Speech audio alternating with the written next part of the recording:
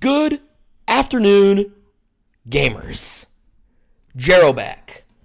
Another Deck of the Week segment, although this one's particularly interesting because this coming week is the first North American big tournament that we have coming to my neck of the woods over in Vegas, the 10K that will be taking place at the SCGCON this weekend, and a lot of people are really excited about it. A lot of people are excited to play. A lot of people are excited about the results that are going to come in. I know people are curious to see if the meta is going to be any different than what the meta seems to be in the East. Spoiler, for my opinion, I suspect it will not really be. I think the top two decks are pretty clearly defined for their given reasons. But what I wanted to do was kind of give a primer on what you should expect this weekend for the upcoming events. I think that would be a lot of fun. I would like to, be able to go back to it and see how right I was about some of the non-obvious stuff, because I think, some of the meta stuff is pretty straightforward and pretty obvious. But there's some other interesting things going on that I think people would be excited to hear about, and I'm, as always, excited to yap about. So, first and foremost, public enemy number one, Kai'Sa. You should expect Kai'Sa to probably be anywhere from 25 to 35% of the meta, and it could even arguably be more. That would just be reasonably out of the realm of how other games, even best decks in other games, tend to function. But it could easily be higher than that. But my prediction is the range is 25 to 30%, maybe 25 to 40% at a maximum, but 25 to 35 is kind of my range that I'm giving myself for where I think Kai'Sa will land in deck popularity.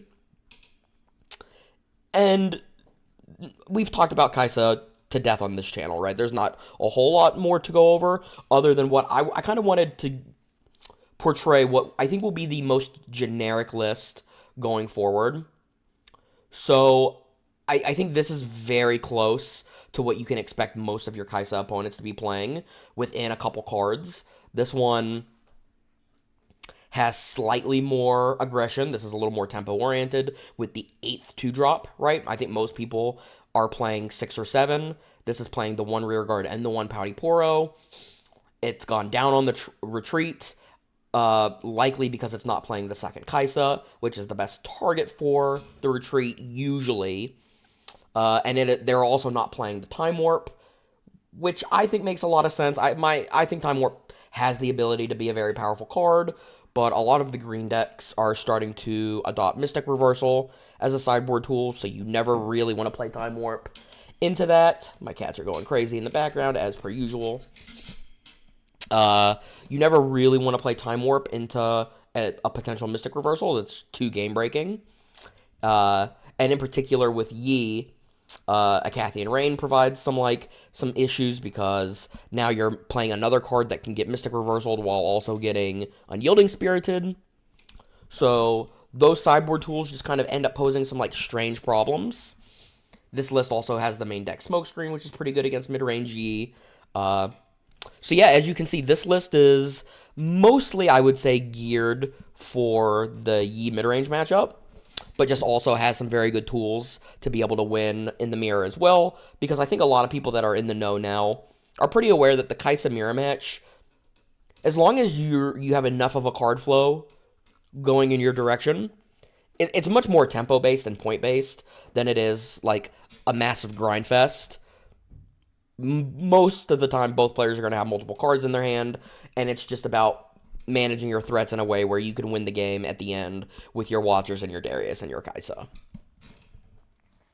But so this battlefield spread as well, I don't dislike this battlefield spread. I'm a pretty big Reaver's Row enjoyer. I think Dreaming Tree has merit. I have some concerns about it being better for your opponents when your opponent is the green deck. I think the green decks tend to utilize it a little bit better, which can be scary. And then Targon's Peak is presumably they're sideboarded on the play game, so they'll get first crack at it and be able to more likely defend the battlefield with the extra runes that they get to ready. So I think that all makes a lot of sense. Sideboard here, reasonably generic. I think most people have concluded that, like, Sprite Mother is a tool that they want in the mirror. They want the third Void Seeker to interact with enemy Kaisas. Progress Day, not a card that I particularly love, but I understand it in some context. Uh, but yeah, this is Public Enemy number 1, right? And if you're planning on playing in the event or following the coverage of the event, you know that this is the deck that most people are expecting to win, and probably taking 3 to 5 slots of the top 8, right? It is, at this point, now been the best deck for several months if you factor in the events over on the East. And given my own repetitions and what other people's conclusions have come to as well, I don't see any reason for that to be any different. The deck is just incredibly efficient, has access to the best units in the game with Kai'Sa Darius and Hopeful, if you want to talk about, just being underpriced. And then Watcher is obviously one of the best units in the game. The Sentries and the Yordles keep your card flow high. Student is incredibly efficient early in the game. The deck just kind of has everything that you could ask for. And really, the only weakness that I would say Kai'Sa has, and this is not a weakness in a particular matchup, it is just a fundamental weakness, is that I think your sideboard is not very good. You don't have a lot of very efficient tools to answer gear. Like, even in this list, you see 3 Thermo Beam, which is the only card in the color combination that can interact with gear at all. And then a lot of other cards, you're just increasing small percentage points. You don't have access to the same haymakers the way that the other color combinations have access to. So the one weakness I would say that Kai'Sa has compared to other archetypes is a weak sideboard. But other than that, the deck literally just provides everything that you could want. Very efficient removal, the most diverse threat assessment, the most aggressive threat assessment, because you also just by happenstance play the most accelerate units, and yeah, the most spell diversity. It just has everything. So next I want to talk about, now that we got the obvious out of the way, and I don't have anything highlighted for Yi, even though Yi is very clearly number 2 on the radar for what most people are expecting. Really, the only change that Yi players have been making that I want to kind of comment on, because they're still mostly dominated by the mid-range version.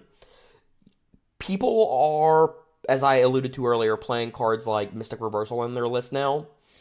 So that potentially changes the dynamic of how you're wanting to play some sideboarded games in particular. But at the end of the day, ultimately, it is a 4 energy cost card that, if the game is already spiraling out of control and you have to go for a big haymaker play, so be it, maybe they'll get you with it. But under most circumstances, I think it's very hard to always be able to sit on that 4 energy 3 recycle, right? I actually think it's just going to be telegraphed more often than not. But sometimes you might find yourself in a spot where you don't have the choice, obviously, and have to play into it. But alternatively, lots of spreads, lots of really good sideboard options for Yi. Unyielding Spirit, Mystic Reversal, Wind Wall Splits, I think are all incredibly valuable, especially since a lot of the cards that you would care about countering from the Yi side of things, like, not Hidden Blades, Cold a Week, or Divine Judgment, are cards that you don't particularly want to copy, right? You would just rather actually counter them with the Wind Wall. So I think that is an interesting adaptation that the Yi decks have been making. But yeah, then we're going to move on to another couple of sleeper decks potentially that I think are mildly interesting. Both of these are first place lists that came through the pipeline over the course of this past week. This was a Teemo list that got first place at a Chengdu City Challenge. And it is utilizing a couple things that I think a lot of other Teemo decks aren't using. So I wanted to talk about that because I think it's pretty interesting. First and foremost, the utilization of invert timelines and scrap heap, I think, is pretty interesting. I think a lot of people have already kind of concluded that scrap heap is a card that makes a decent bit of sense when you're already playing merchants and Zon Warrens or any other discard outlets. I have not seen people go this hard, though, to add the invert timelines as well, and I think it's very interesting. I think, specifically against Kai'Sa, a deck that can very commonly end up with 7, 8, 9 cards in its hand, invert timeline actually ends up being just such a powerful tool. that other archetypes don't have access to. And in addition to that, it seems like you potentially abuse this more than any other archetype. So I think that's very interesting. Another thing going on here that I find interesting is that it's only got one watcher. And my suspicion there is that's a concession to just how good the card is, even though it doesn't actually play well with the deck in its entirety, right? This is very much a Mundo first deck. Your plan A is always going to just be make a very large trash pile and play a very fair early to mid game where you're hopefully trading resource points because you get to fight over a battlefield first and then hide onto it, and you can protect it, and then presumably you will not be able to do a whole lot of fighting over your opponent's other battlefield because this deck doesn't tend to be wildly aggressive, and it doesn't fight quite as well. You're very much relying on students for a lot of your early game power because merchants and tide turner just don't fight quite as well in the early game. But if you can get to a reasonable, 4-4, 5-5 endgame spot, Mundo will very likely just be like a 17-17, a 20-20, and be able to dominate the game pretty easily from that spot. This deck is so incredibly efficient at making a massive Mundo and finding the Mundo, and then once you find the Mundo, the combination of it with Convergent Mutation is just absolutely outrageous. Basically just allows you to win combats on both battlefields without any extra effort. They effectively are a 2-card combo that will double conquer any turn that you choose. But having said that, Thousand Tail Watcher, even though it doesn't really synergize with the deck, still an incredibly powerful card. And in a closed deck list environment, I think having access to one of these when your opponent won't know if you're playing 1 or 2 or 3, if they see 1, they may start playing around more, and then those copies don't exist, and then you get a lot of equity that way. I think that's really powerful. Other notable things with the archetype are Ride the Wind. I think most people have concluded, just one of the best cards in the game. If you're not used to playing games with movement, like myself, for example, right, because I'm a Magic the Gathering player first and foremost, it's not immediately obvious how powerful this card is until you start getting in games with it. And it's completely ludicrous. The ability to evade a combat that you would otherwise lose and conquer a battlefield on your opponent's turn, presumably around accelerate units. If they don't have massive amounts of removal or accelerate units like Kai'Sa, any other archetype, if they send their board in to try and conquer one of your sides, and then you just move it over and get a conquer on your opponent's turn, and then you're presumably pairing that with a hold point, it is so unreasonable how easy it is to close some games where you're actually behind on a lot of resources or behind on a lot of tempo because you're just able to finagle these points that other archetypes don't have access to. Other notable things that I think are interesting, a rules interaction that I think people do need to know, just because it's a big part of why Teemo functions the way that it does. Sprite Call, or any of the temporary units, they create a trigger. It's not automatic. So in your beginning phase, the temporary trigger goes onto the chain, and you can then reveal your hidden cards. So you don't get locked out of playing your hidden cards. It creates this really interesting dynamic where you play Sprite Call and conquer a battlefield, and then hide a card under it because of Teemo's legend ability. Your opponent's very rarely not going to want to fight over that battlefield because they don't want to trade a real card for the temporary Fox, right? The Sprite. But then the reality of the situation is if the hidden card is a tide turner or a Teemo, you're getting the point anyways, right? Because they're going to put the trigger on this chain, they're going to reveal their hidden card, which is then a unit, and then they get the hold point that way. And that ends up being much like with the whole Teemo archetype and the hidden card dynamic. It ends up being this situation where you're putting a lot of pressure on your opponent to pinpoint your hidden cards and call them out perfectly. Because if there's any mishaps, you're going to be able to create so much inherent value from your opponent having to play inoptimally, which is, when everything is face up, like a Kai'Sa deck or a Yi deck, for example, that same dynamic doesn't usually play out, right? Usually the information you have access to is much more out in the open. Your playing around cards in hand versus not, but once hidden cards are down and an unknown element can be 3 or 4 different cards, that ends up posing a lot of problems for people trying to play around specific cards. And yeah, I think factor that in with a couple really spicy one-ofs like the Flash and the Rebuke and the Warfare with the Watcher that we've already mentioned. I think one-ofs make a lot of sense in a small archetype when you have stack deck because, yes, there's like the counterintuitive point that if you see it early and have to mulligan it or discard it, you don't have access to another one. But in the mid to late game, if you know that that tool is still in your deck and you play a stack deck, you have a very high likelihood of finding it, right? Because the deck goes through its cards so efficiently.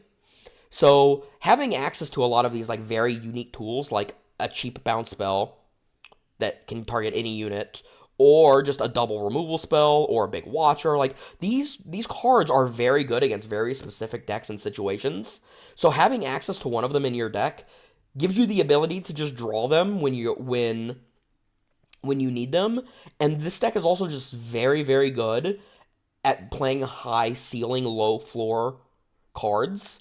And what I mean by that is some decks, they don't have the card filtering that Teemo does, for example.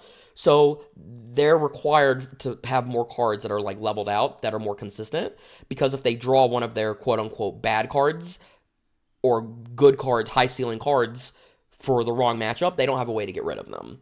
That's not true in Teemo. In Teemo, you can play these like very high volatility cards, because if you just happen to draw them in a matchup where they're not good, you can just discard them and be done with it, right, and draw a new card.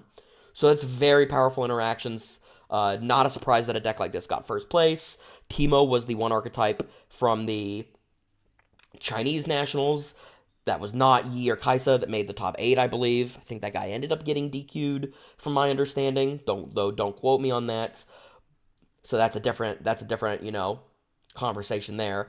But Teemo was one of the best performing decks that weren't the immediate obvious two of Kai'Sa and Yi, and I think that this is a good reason why, right? I think this deck has a lot of tools and creates a lot of scenarios that are really difficult for both Kai'Sa and Yi to deal with under most circumstances. And last but not least, we have another first place list. We have Ahri, first place, Nanning City Challenge, if I'm pronouncing that right. I hope I am. I apologize if I'm not. And this deck is pretty interesting to me because I'm a bit of an Ahri fan. I like the play style. My experience with Ahri had been since the adaptation that Kai'Sa picked up of playing Icathian Rain. Icathian Rain and Falling Star just created like too much removal, and you actually could never get off the ground. Your hold strategies basically were never on the table because they could just always remove your threats and set up the scenario where you were never able to actually use one of your many time warps effectively. So this list kind of circumvents that by not really being a time warp deck, right? You have one time warp in the main, which I think is like reasonably common for a lot of blue archetypes. You have the second one in the board, so in the matchups that aren't as removal heavy, you can be more of a green Ahri time warp combo deck, and I think that's a really appealing place to be. But the other thing that this deck now has going on is this deck has just gone bigger, right? And it's gone bigger, and it's gone less all in on the hold strategy. So this deck is very clearly still going to have weaknesses to something like a bunch of Falling Stars and Icathian Rains, like any deck realistically, because those cards are so broken. But the addition of the Windwall main, I think, is kind of a concession to that, right? And you're noticing this trend of a lot of one-ofs that we just saw from the Teemo deck as well. I think this is, for the most part, gonna stay true in the game's existence, because I have this like rule in Magic where if the card's not in your deck, you can't draw it, right? So while this deck doesn't have the same card filtering that Teemo does, so it's a little bit more of a liability, the other thing going on here is you just need some of these like very uniquely powerful cards sometimes to win games. While Time Warp does tend to be like a very like tempo-centric card where there's going to be some games where the Time Warp doesn't do anything, the reality of the situation is the opposite of that is also true, right? There's going to be some games where you have a unit on board that survives, your opponent uses their resources to take a battlefield, and then you get to steal a game by going conquer with my unit left behind, time warp, hold, watcher, or removal spell, conquer the other battlefield, right? And win games that no other card would win. So I do think there's a lot of merit to that. And one-ofs in general, they're just providing these very unique tools, right? Rune Prison, very similar to Rebuke from the Teemo deck in the sense that it's just a one-of card, a 1x card that basically no other card in the deck emulates that effect, right? It's just 2 energy, 1 recycle, remove a gigantic monster from combat for the turn, right? Then you have the 1 Foxfire to remove 1 or a few small units, the 1 Singularity to remove a couple large units, right? So there's some modality here. I like this deck building style a lot. I also like the trimming of the Find Your Center for what it's worth. Find Your Center is a card that I think can be very powerful, but I think it ends up being this card where playing 3 of them and drawing 2 early can actually be very damning, and even though ramping up your resources can be very good, a lot of times the early turns are so tempo focused on fighting for the board and making sure that you're not falling behind on a lot of points that you don't actually ever have good windows to play them, and they just rot in your hand and take up slots for what could otherwise be very like board positive plays. Another interesting thing I think here is Green Ahri and Mega Mech in the sideboard. These are obviously for different spots, but they are things that I think are interesting. So my suspicion is that because Green Ahri is just so bad against Kai'Sa, that not that Blue Ahri is like much better because it dies to Falling Star, right? But my suspicion is that the Green Ahri is in the sideboard with the idea of boarding out the Blue Ahri against non-Kai'Sa decks and moving to more of a hold plan, which I think is awesome. I think that's really interesting. Maybe you're not doing that against like the other green decks now because of Mystic Reversal, right? The same thing. Maybe this deck gets worse, just in general, because Mystic Reversal is a thing. But I don't think so, because this deck is not all in on Time Warp the same way that other Ahri decks of the past have been. Its late game is just fantastic. I mean, 3 Watcher, 2 Tasty Feyfolk is an awesome mid to late game package, right? Both of these cards are absolutely fantastic. Feyfolk creates this like mid game to late game threat where you don't have to recycle your resources. You're not unhappy if it dies, right? It fights pretty well, and even in the scenarios where it does fall to something like a Darius with, you know, double spell proc, you usually are not even going to mind because the 2 resources that you get plus the card really makes up for it and elongates you into your time warps, your watchers, your big spells that you're playing, etc. And I think that's a really powerful place to be. Notably, Mega Mech, while not being a card that I love, I do acknowledge that this is a card that can be very problematic for Kai'Sa because it's just massive. They have to trade multiple cards to interact with it, and because it doesn't require any resources on your end, a lot of times it's going to be a massive net positive play. For the logic that even though Tasty Feyfolk is the, I think, very clearly better card, it's not that unreasonable for a deck like Kai'Sa to just Falling Star it or play some other kind of combination of removal where they get to remove the Feyfolk and then keep adding to the board and be tempo positive because their removal is so cost efficient.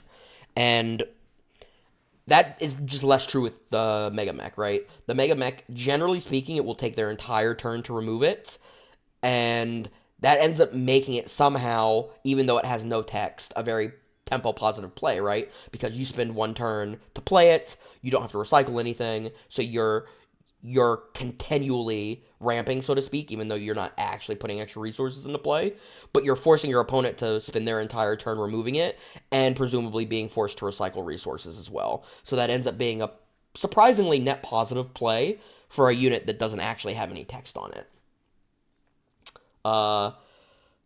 And then other than that, yeah, very generic green package with the On Guards and the Disciplines, the Defies, the one-up Wind Wall, which is, like I said, I think a bit of a concession to some of these more powerful cards that are starting to float around, like a Cathian Rain and Opposing Time Warps, but I really like that adaptation. The other thing I want to mention here is the Trifarian War Camp, because generally speaking, War Camp is a battlefield that only something like Victor, or sometimes Set because of Fiora, but mostly the token decks really want to utilize because they're the ones that can make the most use of it. So obviously, if you end up in a matchup where you're forced to play a War Camp against like a Victor, you're going to feel very terrible about that. But I actually think this adaptation is very interesting because War Camp makes your cards much better against the Cathian Rain, and it makes your cards better against Falling Star sometimes as well, right? If you have a War Camp and you get to stack a bunch of your 2-cost units onto it, well, all of a sudden they require a second choice node for a Cathian Rain, right? Which is actually very powerful. And because we're playing so low to the ground, right? We have 8 2-drops and the Yordles. I think, under most circumstances that are in a token matchup, actually getting slightly more equity out of that card, right? Because obviously, the lower to the ground you are, the more likely you are to get value out of that. Obviously, you know, a Poro and a Student being in War Camp is more valuable than just a Darius or just a Kai'Sa being in the War Camp, right? So, that's a really interesting modification. It's something that is exploitable, right? Because, like I said, if you play against a deck that really wants to use War Camp and it just isn't using it as kind of like a specific Kai'Sa hedge, you can get really punished. But, again, right now, as we've mentioned previously, right, the reality is most of your opponents are going to be playing Kai'Sa and Yi. So maybe that's a reasonable hedge that you can make and get some small equity gain that way. I think that's really interesting. So, all in all, I think a lot of these lists, I wouldn't necessarily say that I would be interested in replicating them, right? But I think you can see the thought process for why each of these archetypes got first place at their respective tournament, right? A lot of unique card choices, a lot of powerful one-ofs, a very coherent strategy, specifically a very coherent strategy against Kai'Sa and Yi, right? Which is what it takes. You very much need to have them targeted in your mind when you're building an archetype or brewing or, you know, tinkering with a deck, right? And not doing so, it doesn't really matter how good or linear your deck is if they have very large fundamental weaknesses to either of those archetypes, right? It's particularly difficult because they're on such opposite ends of the spectrum, right? The decks function very, very differently. Kai'Sa is very, very good at playing from behind because it has so much removal, and because of its accelerate units, can oftentimes end up in a situation where they're behind on victory points by a pretty large margin, and then just can manage their removal and accelerate units in such a way where they can come back from behind and build very dominant board states. But it's much more on the aggressive slanted side of things, right? And then you have the Yi deck, which is much more about dominating the board early and then never giving it up, because even though it has a lot of late game threats like Dead Bloom Predator and White Flame Protector, a lot of your value comes from putting early units on the battlefield and then protecting them with your Yi ability and your green cards like Charm and Defy and your pump spells, and snowballing the game from that spot, right? Yi, as an example, does not play from behind as well. You obviously have some scenarios where you can stick a large unit and then charm and challenge your opponent into oblivion and remove creatures that way. But that is a much harder sell in the average game than a deck like Kai'Sa, which can just Hextech Ray your stuff, Void Seeker your stuff, Falling Star your stuff, and realistically can play a real game without ever even putting a unit into play the first couple turns, right? So it's a very, very different two shells, and generally speaking, it's very hard to combat two totally different archetypes that are both dominating with a single linear plan. So that's one of the reasons we've seen so little experimentation, I think. It's not that people aren't trying. I think it's just that it's very hard to target these two very different decks with the tools that we have access to in one set at the moment. But I'm still very hopeful. Both of these last two decks that I showcased look very interesting to me. I will absolutely be testing them. Vegas, for myself, as a bit of a spoiler, I am mostly there for the Magic event. I want to play the Riftbound event, but it is, at the end of the day, just a cash tournament, and I play card games very competitively, so I like the chance to dovetail good results into other events. The RC, if I qualify for it, is can lead into Pro Tour and Worlds invites. whereas the Riftbound event is just a 10K. So if I am not playing in day 2, I will absolutely be playing in the Riftbound tournament. I'm very excited to do so. I can't wait. I almost hope it works out that way. But priority 1 for me will be the Magic tournament at this point. And then if I have the option and am free Sunday, I will absolutely play Riftbound over Magic in that scenario. And I would not be even remotely unhappy if that happened. And spoiler, I will be playing Kai'Sa. Very likely. It's possible that I find a list of Yi that I like, but I will very likely be playing Kai'Sa in the 10K if I do play the 10K. And I'm excited for Houston. Houston is the first Riftbound tournament that I will really be hard focused on and put a lot of effort into brewing and fine-tuning list. But yeah, I think this is a really good spot to be in for this weekend, and I'm excited to see what everybody else is thinking about, right? If you have any different opinions on the meta, or if you have any comments, concerns, like questions about the decks that I showed, or maybe other decks that you think are interesting, please hit me up in the comments. Go ahead and throw me out a like and a subscribe. I'd love to chat about it. If this video series wasn't immediately obvious, I just love yapping. And Riftbound is at the top of my list on things that are interesting to me right now. So yeah, just hit me up on any of the socials or in the comment section, and I would love to kind of talk about what's going on with the format. But until then, I hope that this was helpful to you guys, and let's hope for the best kind of results and more to look forward to after the 10K. Until next time, guys, I'll see you later. Peace!